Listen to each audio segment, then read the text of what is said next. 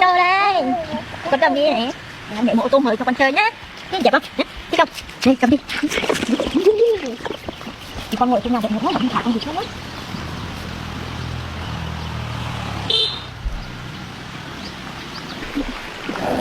Con lên trên nhà đẹp nhẹ nhất. Đây, cho mẹ cúc đi. Ăn đi con. Con ong có mẹ. Đây, con ngồi đây chợ của con ạ. Thế nhá.